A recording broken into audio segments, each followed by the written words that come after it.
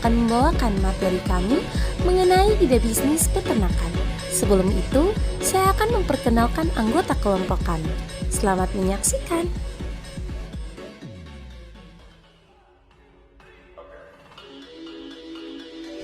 Dengan saya sendiri, Andrea Laningritawa, dengan NIM 21237461131. Selanjutnya, anggota kelompok saya, Yohana Sarita Banula, dengan NIM 21237461123. Selanjutnya, Immanuela Adami, dengan NIM 21237466098. Ya baik, saya akan menjelaskan materi yang pertama, yaitu kondisi saat ini peternak di Nusa Tenggara Timur memiliki beberapa karakteristik yang perlu diperhatikan. Yang pertama, keterbatasan sumber daya. Nah, peternak di Nusa Tenggara Timur seringkali menghadapi keterbatasan sumber daya, baik dalam hal lahan, air, maupun infrastruktur. Hal ini dapat membatasi potensi pengembangan peternak dan mempengaruhi produktivitas dan kesejahteraan hewan. Yang kedua, kondisi lingkungan yang tidak menentu. Di Nusa Tenggara Timur memiliki iklim yang kering dan seringkali tidak stabil, terutama selama musim kemarau. Fluktuasi cuaca ekstrim dan perubahan iklim yang tidak terduga dapat mempengaruhi ketersediaan pakan, air, dan kondisi lingkungan untuk peternak. Yang ketiga, keterbatasan akses terhadap teknologi dan informasi. Di Nusa Tenggara Timur, akses terhadap teknologi dan informasi mungkin terbatas. Hal ini dapat membatasi kemampuan peternak untuk mengadopsi praktek-praktek peternak modern dan memanfaatkan teknologi untuk meningkatkan produktivitas dan efisiensi. Yang keempat, kurangnya pendanaan dan dukungan. Banyak peternak di Nusa Tenggara Timur mungkin mengalami kesulitan dalam mendapatkan pendanaan dan dukungan untuk mengembangkan peternak mereka.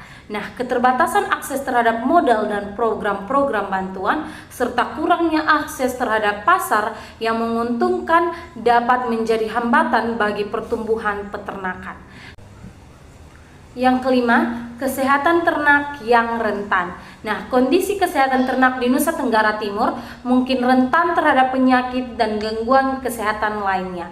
Nah, kurangnya akses terhadap layanan kesehatan hewan yang berkualitas dan kurangnya pemahaman tentang praktek-praktek kesehatan ternak yang baik dapat menyebabkan peningkatan risiko penyakit dan kematian ternak. Nah, yang keenam, perubahan sosial dan ekonomi. Di dalam perubahan sosial dan ekonomi, termaksud urbanisasi dan migrasi, dapat mempengaruhi struktur dan dinamika peternak di Nusa Tenggara Timur. Banyak peternak mungkin meninggalkan peternakan tradisional untuk mencari pekerjaan di sektor lain, meninggalkan peternak dengan populasi ternak yang berkurang. Nah, yang ketujuh, kebutuhan akan pelatihan dan pendidikan. Peternak di Nusa Tenggara Timur mungkin membutuhkan lebih banyak pelatihan dan pendidikan tentang praktek-praktek peternakan yang baik. Nah, manajemen kesehatan ternak dan pemanfaatan teknologi untuk meningkatkan produktivitas. Dengan menyadari kondisi-kondisi ini, langkah-langkah strategi dan dukungan yang tepat dari pemerintah, lembaga riset, organisasi non-pemerintah, dan masyarakat lokal dapat membantu memperbaiki kondisi peternak di Nusa Tenggara Timur dan meningkatkan kesejahteraan peternak serta produktivitas peternak secara keseluruhan. Baik, materi yang kedua yang akan saya jelaskan di sini mengenai usulan dan target kreasi pengolahan sumber daya alam dan pemanfaatan teknologi. Nah, berikut adalah usulan dan target kreasi untuk pengolahan sumber daya alam dan pemanfaatan teknologi dalam pertumbuhan ayam potong di Nusa Tenggara Timur. Nah, yang pertama, pengembangan pakan lokal. Nah, usulan pertama adalah pengembangan pakan lokal yang sesuai dengan kondisi lingkungan dan kebutuhan nutrisi ayam potong di Nusa Tenggara Timur dengan memanfaatkan sumber daya alam lokal seperti jagung, kacang-kacangan, dan limbah pertanian. Diharapkan dapat menghasilkan pakan yang berkualitas tinggi dan terjangkau. Nah, targetnya adalah menciptakan formulasi pakan yang optimal untuk meningkatkan pertumbuhan dan kesehatan ayam potong. Yang kedua, implementasi sistem pencahayaan dan ventilasi. Nah, pemanfaatan teknologi dalam bentuk sistem pencahayaan dan ventilasi yang tepat akan membantu menciptakan lingkungan yang optimal untuk pertumbuhan ayam potong. Nah, dengan menggunakan lampu LED yang efisien, energi dan sistem ventilasi yang baik diharapkan dapat mengatasi masalah suhu dan kelembapan yang tidak sesuai. Nah, targetnya adalah menciptakan kandang yang nyaman dan sehat untuk memaksimalkan pertumbuhan ayam. Nah, yang ketiga, penerapan sistem pemantauan otomatis. Nah, pemanfaatan teknologi sensor dan sistem pemantauan otomatis akan memungkinkan peternak untuk memantau kondisi lingkungan, kesehatan ayam, dan konsumsi pakan secara real time. Nah, dengan demikian peternak dapat dengan cepat mendeteksi masalah dan mengambil tindakan yang diperlukan untuk mencegah kerugian. Nah, targetnya itu adalah meningkatkan efisiensi operasional dan produktivitas peternakan. Yang keempat, penggunaan vaksinasi dan pengobatan terkini. Nah, usulan lain adalah memanfaatkan kemajuan dalam bidang kesehatan hewan, termasuk vaksinasi dan pengobatan terkini. Nah, untuk mencegah penyakit dan meningkatkan kesejahteraan ayam potong dengan mengimplementasikan program vaksinasi yang tepat dan menggunakan obat-obat yang efektif, diharapkan dapat mengurangi angka kematian dan meningkatkan pertumbuhan ayam potong. Nah, targetnya itu adalah mencapai tingkat kesehatan yang optimal di antara populasi ayam. Yang kelima, penggunaan teknologi cerdas dan manajemen ternak. Nah, penggunaan teknologi cerdas seperti Internet of Things dan sistem manajemen ternak digital akan membantu peternak dalam mengelola data ternak secara efisien. Nah, dengan menggunakan perangkat lunak manajemen ternak yang canggih, peternak dapat melakukan pemantauan dan analisis data yang lebih baik untuk meningkatkan pengambilan keputusan. Nah, targetnya itu adalah meningkatkan produktivitas dan efisiensi optimal peternakan. Yang keenam, pelatihan dan penyuluhan. Nah, terakhir, usulan ini mencakup pelatihan dan penyuluhan kepada peternak tentang penggunaan teknologi dan praktik-praktik terbaik dalam peternak ayam potong. Nah, melalui pelatihan yang berkualitas dan penyuluhan yang terarah, diharapkan peternak akan memiliki pengetahuan dan keterampilan yang cukup untuk mengimplementasikan teknologi-teknologi baru dan meningkatkan kualitas usaha peternak mereka. Dengan menerapkan usulan-usulan ini dan menetapkan target-target yang realistis, diharapkan dapat tercapai peningkatan yang signifikan dalam pertumbuhan ayam potong di Nusa Tenggara Timur. Kolaborasi antara pemerintah, lembaga riset, industri dan peternak lokal. Ya baik, saya akan menjelaskan materi yang ketiga mengenai implementasi. Nah, untuk menerapkan atau mengimplementasikan usulan di atas dalam praktek berikut adalah langkah-langkah yang dapat diambil. Yang pertama, perencanaan dan persiapan. Nah, langkah pertama adalah merencanakan secara menyeluruh bagaimana usulan akan diterapkan dalam peternakan ayam potong di Nusa Tenggara Timur.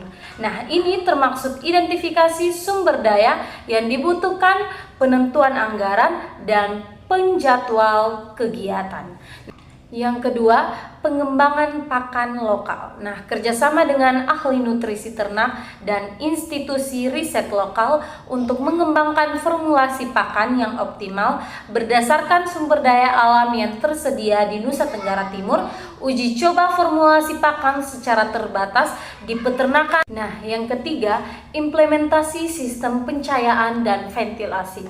Nah, lakukan audit lingkungan di peternakan untuk menilai kebutuhan akan perbaikan sistem pencahayaan dan ventilasi.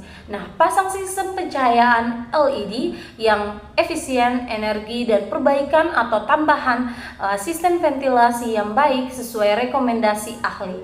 Nah, yang keempat, penerapan sistem pemantauan otomatis. Nah, identifikasi teknologi pemantauan yang sesuai dengan kebutuhan dan anggaran peternak, instalasi sensor dan sistem pemantauan di kandang ayam potong, dan pelatihan peternak tentang cara menggunakan sistem tersebut.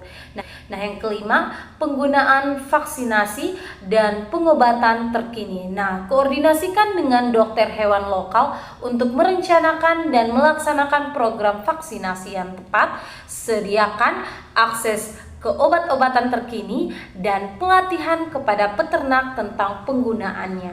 Dan yang keenam, penggunaan teknologi cerdas dan manajemen ternak. Nah, evaluasi berbagai opsi perangkat lunak, manajemen ternak yang tersedia, dan pilih yang paling sesuai dengan kebutuhan peternakan. Nah, lakukan pelatihan kepada peternak tentang cara menggunakan perangkat lunak tersebut dan mengelola data ternak. Yang ketujuh, pelatihan dan penyuluhan. Nah, selenggarakan sesi pelatihan reguler atau lokakarya untuk peternak tentang penggunaan teknologi dan praktik-praktik terbaik dalam peternak ayam potong. Nah, sediakan materi edukasi dan dukungan berkelanjutan kepada peternak. Yang kedelapan, evaluasi dan penyesuaian. Lakukan evaluasi berkala terhadap implementasi usulan-usulan tersebut untuk mengevaluasi kinerja dan efektivitasnya. Ambillah tindakan koreksi atau penyesuaian jika diperlukan untuk meningkatkan hasil dan mencapai target yang ditetapkan. Nah, yang kesembilan, pengukuran hasil. Nah, pantau dan ukur hasil dari implementasi usulan-usulan tersebut. Nah, hal ini mencakup pertumbuhan ayam, efisiensi produksi, kesehatan ternak, dan aspek-aspek lain yang relevan. Nah, dengan membandingkan hasil dengan target yang ditetapkan, dapat dievaluasi keberhasilan dari implementasi tersebut. Nah, dengan mengikuti langkah-langkah tersebut dengan cermat dan terus-menerus diharapkan dapat mencapai peningkatan yang signifikan dalam pertumbuhan ayam potong di Nusa Tenggara Timur. Nah, kolaborasi antara pemerintah, lembaga riset, industri, dan peternakan lokal akan menjadi kunci kesuksesan dalam mengimplementasikan usulan-usulan tersebut. Menjelaskan materi yang keempat tentang tantangan yang dihadapi. Nah, saat menerapkan dan mengimplementasikan usulan di atas, ada beberapa tantangan yang mungkin dihadapi. Yang pertama, keterbatasan sumber daya. Nah, salah satu tantangan utama adalah keterbatasan sumber daya, baik dalam hal dana, tenaga kerja, maupun infrastruktur. Nah, penggandaan dan pemasaran teknologi yang diperlukan seperti sistem pencahayaan, ventilasi, dan perangkat pemantauan otomatis bisa menjadi mahal dan tidak semua peternak mungkin memiliki anggaran yang cukup untuk itu. Nah, yang kedua, keterampilan dan pengetahuan. Nah, penggunaan teknologi yang canggih memerlukan keterampilan dan pengetahuan yang memadai dari peternak. Nah, tantangan ini bisa muncul jika peternak tidak memiliki pelatihan atau pengalaman yang cukup dalam menggunakan teknologi tersebut. Nah, pelatihan yang kurang atau minimnya akses terhadap informasi dapat menjadi hambatan. Nah, yang ketiga, yaitu perubahan budaya dan praktek. Nah, penerapan usulan-usulan tersebut mungkin memerlukan perubahan dalam budaya dan praktek. Nah, peternakan yang telah ada, peternak mungkin cenderung mempertahankan cara-cara lama yang sudah terbiasa dilakukan, dan mengubahnya dapat menjadi tantangan. Nah, terutama jika cara baru tersebut dianggap lebih kompleks atau memerlukan investasi tambahan. Nah, yang keempat, ketersediaan dan akses teknologi. Di daerah pedesaan atau terpencil seperti Nusa Tenggara Timur, ketersediaan dan akses terhadap teknologi mungkin terbatas. Infrastruktur seperti listrik dan akses internet yang tidak stabil atau terbatas dapat menghambat penggunaan teknologi yang memerlukan konektivitas online. Yang kelima yaitu masalah logistik dan transportasi. Nah, masalah logistik dan transportasi juga bisa menjadi tantangan terutama dalam hal penggandaan dan pengiriman sumber daya yang diperlukan seperti peralatan teknologi, bahan pangan, atau obat-obatan. Nah, biaya transportasi yang tinggi atau keterlambatan dalam pengiriman dapat menghambat implementasi usulan-usulan tersebut.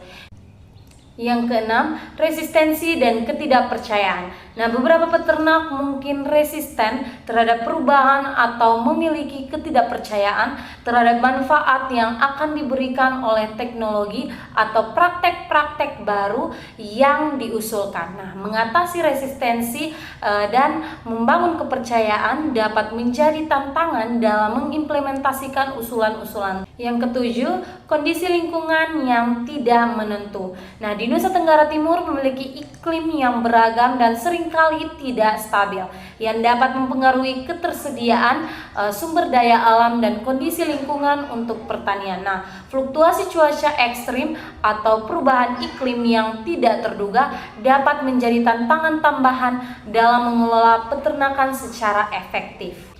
Nah, yang ke-8 yaitu peraturan dan kebijakan. Nah, adanya peraturan dan kebijakan yang tidak konsisten atau kurangnya dukungan dari pemerintah daerah dalam mendukung pengembangan peternakan modern dan penerapan teknologi baru. Nah, dengan menyadari tantangan-tantangan ini dan mengatasi mereka secara proaktif dengan dukungan dan kerjasama dari berbagai pihak terkait, diharapkan dapat meminimalkan hambatan dalam menerapkan dan mengimplementasikan usulan-usulan.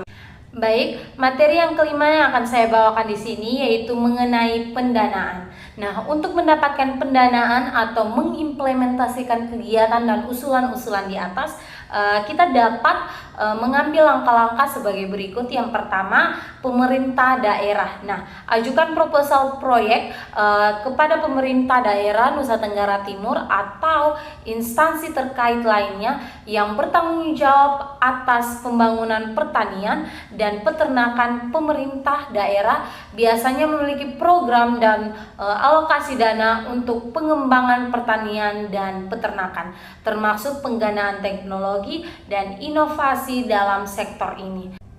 Yang kedua, lembaga pembiayaan pertanian. Nah, cari tahu lembaga pembiayaan pertanian yang ada di Indonesia seperti Bank Pertanian atau lembaga keuangan mikro. Ajukan proposal proyek Anda untuk mendapatkan pinjaman atau pendanaan modal kerja yang dibutuhkan untuk mengimplementasikan kegiatan atau usulan Anda. Yang ketiga yaitu program bantuan dan hibah. Nah, tinjauan program bantuan dan hibah yang diselenggarakan oleh pemerintah pusat, lembaga donor atau organisasi non-pemerintah. Nah, beberapa program ini mungkin fokus pada pengembangan pertanian dan peternakan di daerah pedesaan atau kawasan tertentu, termasuk Nusa Tenggara Timur. Nah, ajukan proposal Anda untuk mendapatkan dukungan finansial dari program-program ini. Yang keempat yaitu investor swasta. Cari investor swasta atau perusahaan yang tertarik untuk berinvestasi dalam proyek pertanian atau peternakan di Nusa Tenggara Timur. Nah, ajukan proposal proyek Anda kepada investor potensial dan jelaskan potensi keuntungan serta manfaat sosial dari proyek tersebut untuk meyakinkan mereka untuk berinvestasi. Nah, yang kelima, kemitraan dengan industri. Nah, jalin kemitraan dengan perusahaan-perusahaan industri yang terkait dengan sektor pertanian dan peternakan seperti perusahaan pakan ternak, perusahaan teknologi pertanian atau perusahaan pemasaran produk peternakan. Dengan menjalin kemitraan, Anda dapat mendapatkan dukungan finansial serta akses ke sumber daya dan teknologi yang diperlukan untuk mengimplementasikan kegiatan dan usulan.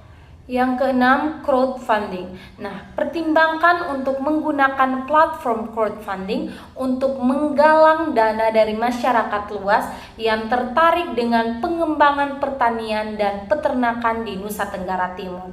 Nah, buat kampanye crowdfunding yang menarik dan jelas tentang proyek Anda dan ajak masyarakat untuk berpartisipasi dalam mendukung dan membiayai proyek tersebut. Nah, yang ketujuh, komunitas lokal dan organisasi nirlaba. Nah, jalin hubungan dengan komunitas lokal dan organisasi nirlaba di Nusa Tenggara Timur yang peduli dengan pembangunan pertanian dan peternakan di daerah tersebut. Ajukan proposal proyek Anda kepada organisasi-organisasi ini dan jelaskan bagaimana proyek Anda akan memberikan manfaat kepada masyarakat lokal dan lingkungan.